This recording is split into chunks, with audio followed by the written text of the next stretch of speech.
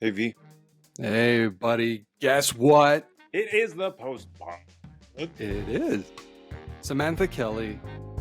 Yeah, she was so good. What a great conversation. Yeah, I forgot we haven't talked to her for a long time, and I forgot Yeah. how much I enjoyed talking to her. It's but you know what's for me, what the funny thing is, anytime you're with people that you've worked with in the past, you quickly start thinking about the time you were together in the trenches, so to speak, right? Yeah. And I just could not stop to think, like, Q4 in retail. I loved Q4 in retail. It was a slog, don't get me wrong. It was difficult, you're Totally. drained, but it was probably the closest thing to feeling alive in the context of, um, you know, in a highly competitive environment. And Yeah, I just love the real-time decision making, yeah, all of the insights that you were trying to derive from your channels at that time. totally. And I have to admit, like, for us, they were great partners, and they really kind of lived and breathed the way we thought at the Yeah, time. And that's the only thing that you can ask for. So yeah, yeah, it was just great. It was just great kind of reminiscing a little bit. At least I was reminiscing in my mind, but totally. it's a, No, I was the same way. Well, even yesterday we were at that school, or earlier this week at the school yeah, doing that talk on evidence-based marketing and yeah, talking about how important partners were, and we were showing pictures of us with Sam and the gang at exactly. Touché. Yeah, it That's was awesome. right. That's right. Yeah, yeah, it was awesome. So, Q4. yeah, what do you think about some of the things that Sam was talking about? What were some of the standout points for you? Well, let's start out with the first percentage she shared with us was Mm-hmm. 23% of shoppers complete their shopping within Cyber Monday, Black Friday, The Cyber Five. the Cyber Five. Sounds like it should be a movie, I, like I thought it was like an Fast action Five movie, or like the Fabulous Four, the Cyber Five, the Hateful Eight. Oh, the that's a different Hateful thing. Eight. Maybe the Cyber Five is led by like the evil AI, so maybe it's like the other side. Yeah. I don't know. But so I thought that was interesting. I do recall, I don't remember the percentage. Like, we had similar stats at the time when we were at least working with them. But to see that's still 23%, that's actually, I guess it's quite high. I didn't expect it to be that high. That's big. So Yeah. Well, and later on in the conversation, we talked about how to allocate budget mm, according to those days during those Cyber Five, and I think there's probably a really high. And the way I saw it in my head was like a long tail thing, where over yeah, those 5 days, you have way more sales day one than day five. So as far as budget allocation goes, it's kind of interesting thinking about how you how you can space out your opportunities from a budgeting perspective. But yeah, like, don't underestimate those 5 days. no, That's a massive opportunity. and I would actually argue that, she talked about, from a budget allocation, when you're thinking about the holiday season, making sure like you're potentially trying to front load your budgets. Mm-hmm. Um, Now with that 23% there, that kind of makes sense. Mm-hmm. There's a huge opportunity, and maybe if you are a smaller brand or a smaller budget, and have smaller budgets, maybe it makes sense for you to really think about, hey, how do you kind of capture that share as early as possible, and Yeah. hopefully then through other remarketing or retargeting tactics, that you kind of maintain that level of being top of mind throughout the rest of the holiday season. Mm-hmm. That could be a way of approaching it, because it's it just it just goes to show you there's so much intent happening at that point. You don't have to really go and find it. Mm-hmm. It's there. It's Mm-hmm. organically there. So how do you capitalize on that? So Mm-hmm. Totally. yeah, what's one thing that kind of stuck out for you there? Well, she mentioned something about delivering memorable impressions and talking about the research from Karen Nelson Field around attention, Yeah. which I thought was really. I mean, we actually haven't talked about that at all, I don't think, yet No, we in this haven't. podcast. Um, but as she was talking about, I was thinking about the irony of a non-viewable impression, Yeah. which is a thing that you can measure. So for me, that was interesting for a whole bunch of reasons. But there are a whole bunch of people in the market, and there are um, a lot of buyers. There's a lot of buyer activity, and there's a lot of natural inclination, I would imagine, for a lot of Right. advertisers to say, let's get maximize our media spend by buying cheap media and getting the best bang for our buck. And so it might not be the right way to go as far as just buying cheap stuff. You kind of get what you pay for, I think, in a lot of cases. So Yeah. impressions that people pay attention to matter a lot. And I think that's an opportunity for as far as budget allocation goes as well. Yeah, no, I agree. And it's always, for me at least, it's always great when you hear other professionals, cite, research like this and using it potentially to inform strategic decisions in organizations. It kind of fills you with confidence, and like, they're looking at it and they're understanding it as holistically as possible. Because remember, when it comes down to, especially like winning like Q4, it doesn't have to be too complicated, right? Yeah, And I think sometimes as marketers we get all caught up in the hype and yeah, chasing that new thing, and it just Q4 is simple. She used the term scrappy, yeah. and I couldn't agree more. It's a roll up your sleeves moment, Hmm. and you really just have to be comfortable. And I like that she also highlighted the fact that it's not really a time to be to A/B testy or Yeah, testing and learning. The testing should be what you already leading have up in to now. place. Yeah, Exactly. And then the learning is like what actually transpired in Q4 versus doing like the micro tests and yeah, trying to understand, like, it's not the time to be doing that. yeah. Totally. Yeah, that was a good point. Um, yeah, the other part that I thought was interesting was she was talking about focus. Strategist focus. Yeah. Yeah, which totally agree with. And some of the takeaways were be prepared, stop testing, as you talked about, be Yeah. flexible, but have some kind of Avoid the ditches. yeah, stable is the word she used. I was trying to Yeah. read my own writing.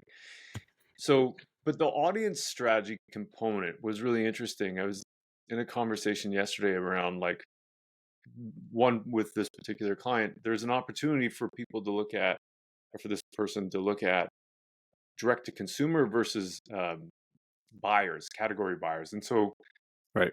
there's a natural tendency to go, oh, well, we can win, we can do stuff and generate revenue because there's a lot of people buying now. But Right. I think that's also around the idea around focus and the play to win strategy.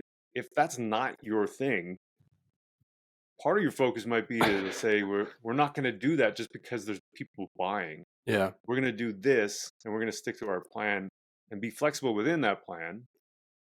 But there's, I think, an opportunity to take moments like this retail moment and just be super clear and review what your strategy is and who you're focusing on so that you can build a proper audience plan. I love that. It's almost like you're taking you need to be very surgical in a sense for this, because you have to be really targeted. And I'm using that word not in the context of like personalized and whatnot, but just a targeted focus Hmm. that you build.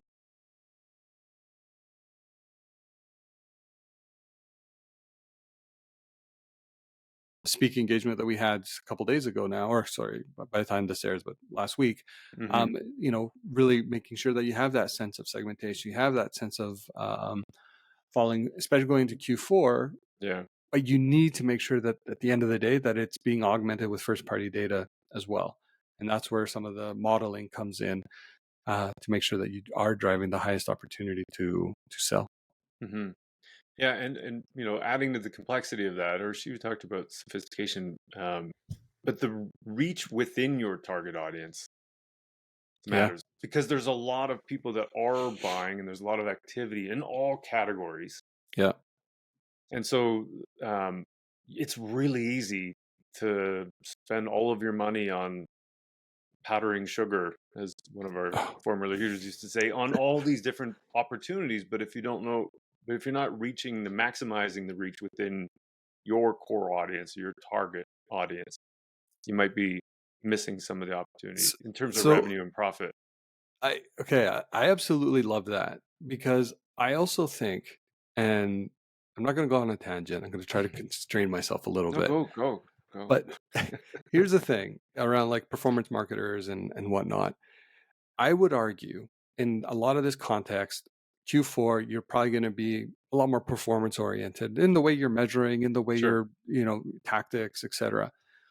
performance marketing can also be high reach, have a high reach, a targeted high reach. Sorry, that's what I was going for, right? Yeah. Would technically fall under that purview of, under the performance side.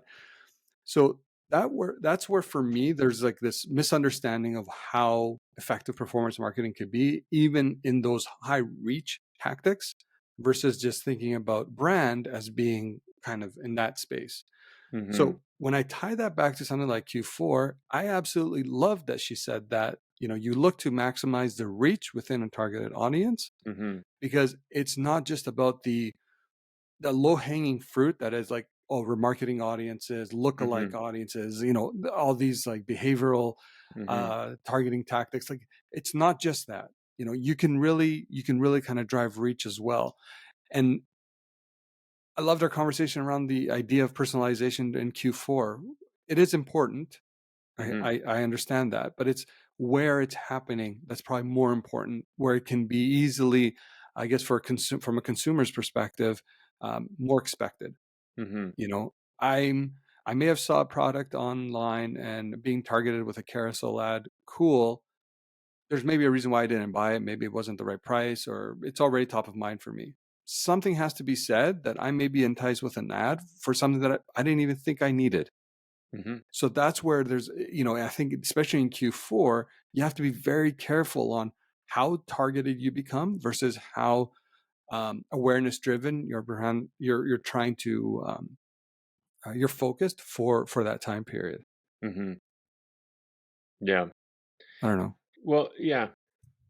I think it does come down to the having a good understanding of the landscape, like Yeah. of what the potential opportunities are, and the being prepared part in advance.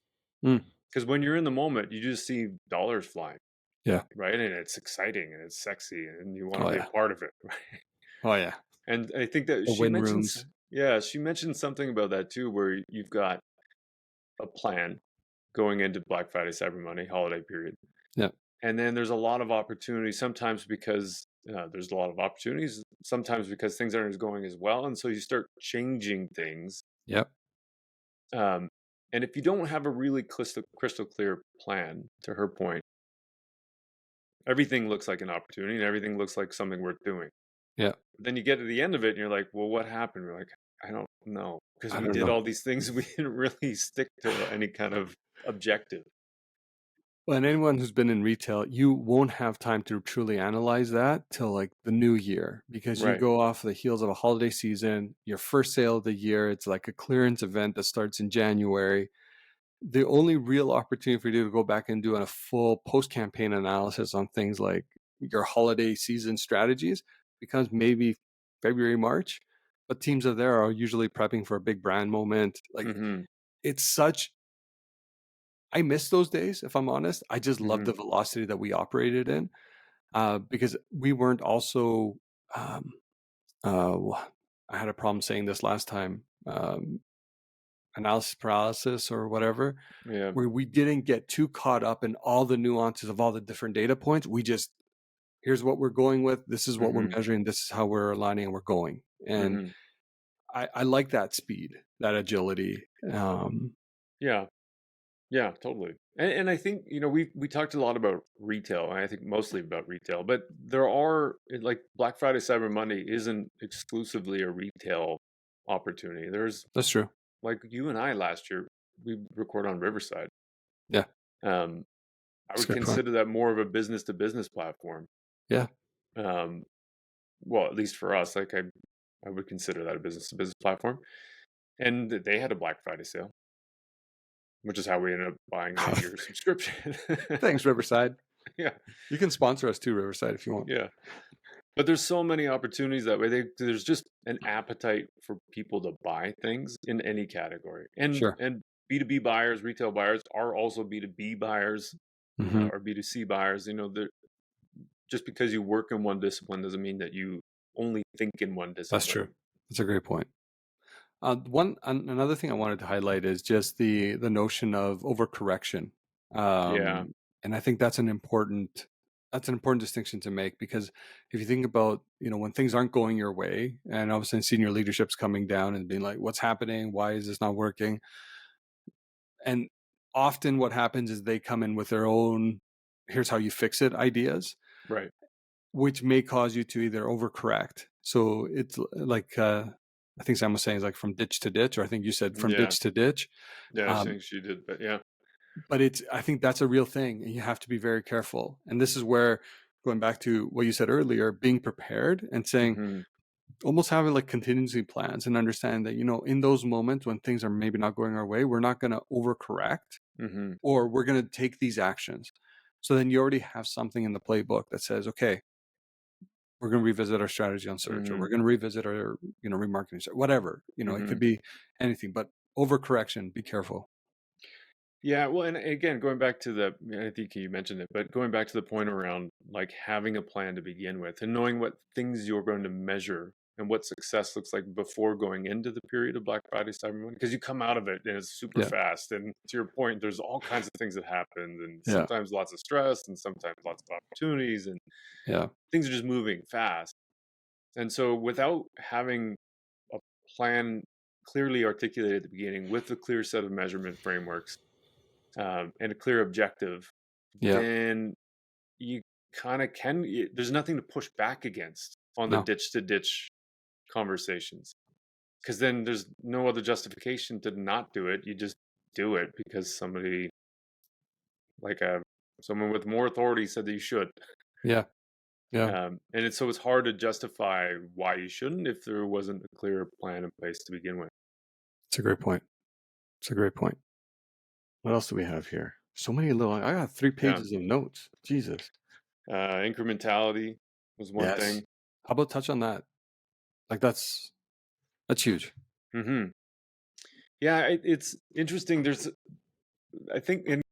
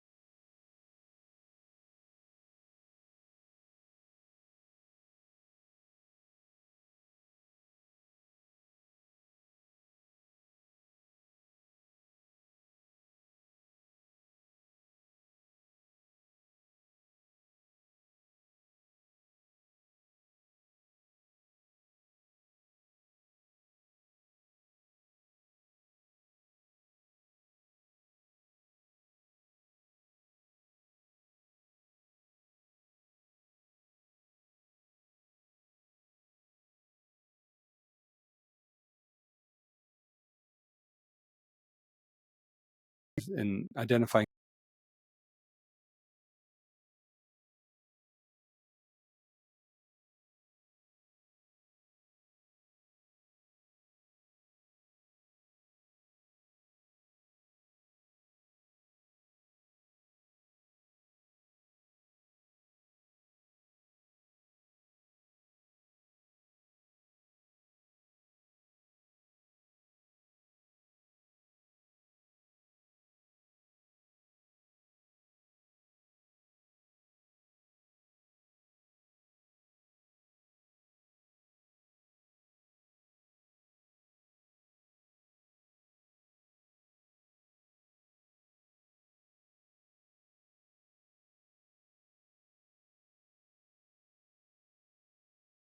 like it was just such a fun conversation, and I think it's so topical for right now. yeah. But even if it weren't for Black Friday, Cyber Monday, I mean, that was the reason why we talked to her. But just I think those things matter to begin with, no matter what. Like focus, having a strategy, understanding your audience. That being flexible but stable, like those are just good Measurement takeaways. framework. Yeah, having a clear measurement framework, like to begin with, for anybody at any point in the year. But I think it really comes down to make a difference in Q4 because there's so much distraction because there's so much opportunity. Yeah, no, I couldn't agree more. And I'll just close by saying, Sam, this was incredible. Thanks for taking the time. She tells us that she's an avid listener, so she'll hear the post pod, or we'll test her. But it was an incredible conversation. We really appreciate the time that you took to meet with us today. Yeah, thanks, Sam. That was awesome. So until next week, V. Go chase profitability. Is it gonna stick?